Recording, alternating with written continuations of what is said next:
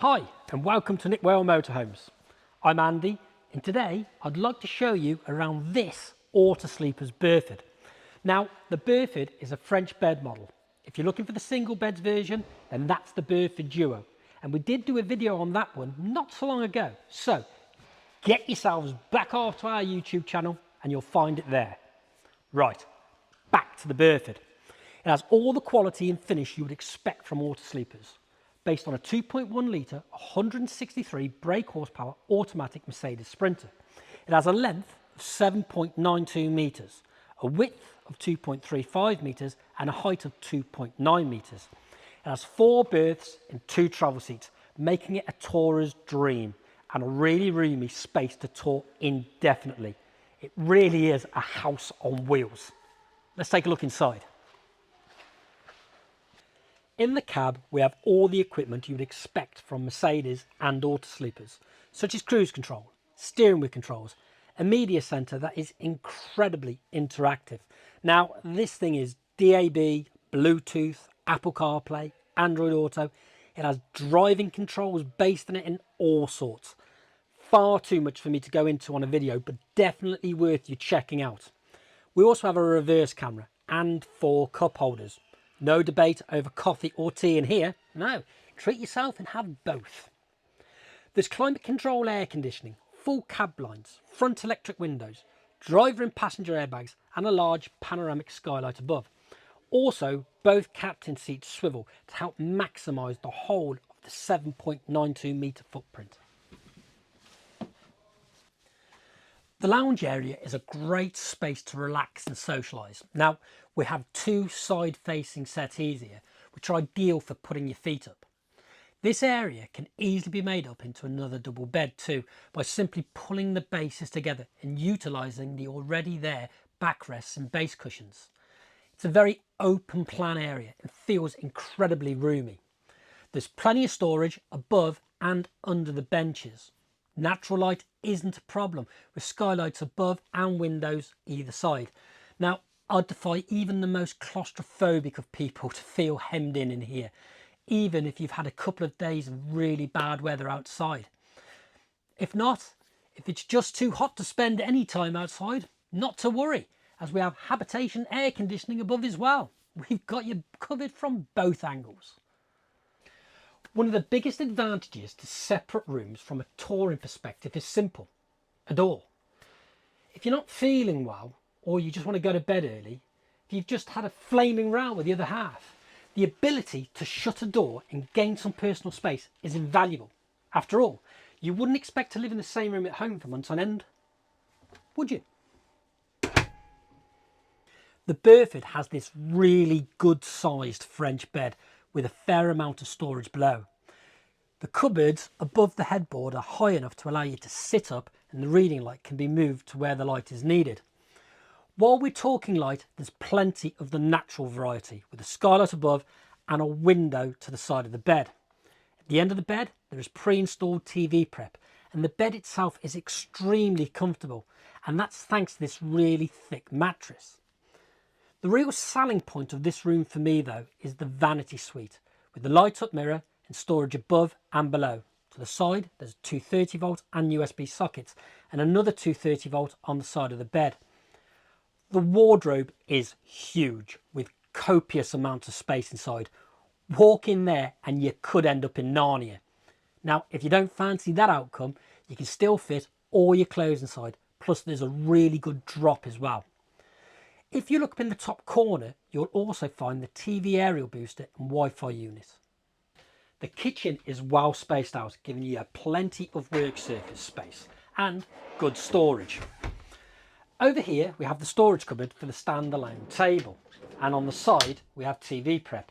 We also have 3 gas hobs and an electric hot plate, a full oven and grill, a sink and a large 3-way fridge freezer with a separate freezer compartment. A microwave above that, and back over on this side we have an extractor fan above the hobs. It is no exaggeration to say that the Burford has all the equipment you would expect to have in your own kitchen at home. The bathroom runs the full width of the rear of the motorhome and has a separate shower with 2 drain plugs, storage lockers, a wash basin, cassette toilet and a window. Here we have the 12-volt control panel, which is very interactive, and next to it the controls for the roomier heating and hot water system, which is a combined gas and electric unit. There is also linked to the habitation air conditioning system, which gives you then full control. Below we have the habitation door, which has a fly screen.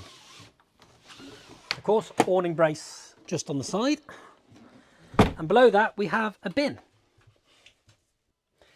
The beauty of the 7.92 metre footprint is the fact that you get 4 really good sized habitation areas with a lounge, kitchen, bedroom and bathroom. Now, a lot of people will point out the lack of a garage for touring, and this is true. If you're looking to take a scooter, for example, then a garage is essential. But a garage comes with its own compromises. For a start, it means that you have high beds, so you have to climb up to it. And then, of course, you have a lack of headroom to be able to sit up in bed. It's important to remember with any motorhome, what you gain in this hand, you lose in this one. Storage. There's loads of it. There are cupboards quite literally everywhere, and everything is on one level, making access to everything really easy. So when we look around the Burford, what have we got? Well, for a start of course, we've got the 3-pointed star. Can't underestimate with that one. Lovely set of Mercedes alloy wheels. Sill locker. Obviously you've got your electric step, and of course you've got your awning and awning light above. Fridge vents, flue for your heating, gas barbecue point, external 230-volt socket, just there. Locker, which goes underneath your French bed. As we come around the back, we have prep here all ready for a bike rack, reversing camera above, and underneath, of course, we have a spare wheel. Cassette for your toilet. Water filler. There, of course, you've got your external 12-volt and your aerial connections. Electric hookup point. Again, water filler, pop the hose in there. And here, of course, we have your underslung gas tank. Now, this is great because it means that you're not having to get big, heavy bottles out and get them changed. The tank's underneath. So you just take it, you fill it, you forget about it. Now, we've done all the sides and we've done underneath. On the roof, well, we've got a TV aerial, we've got a Wi-Fi aerial, and we've got a solar panel up there as well. This model comes incredibly well spec'd with features such as the media centre, 163 brake horsepower, habitation air conditioning, a spare wheel, roomier heating and an awning, and that's just to name a few of the items. The great thing with this motorhome though is the fact that it's plated at 4,100 kilograms, which means you have a huge payload of 650 kilograms. Now, this model really is a tourer's dream. You could tour for months on end in a van like this. And as I said before, it's practically a house on wheels. Now, for a full list of features on this model, please refer to the specification list on our website at nickwale.com. Why not come and see it for yourself? Because it really is worth a view. And of course, we look forward to meeting you soon.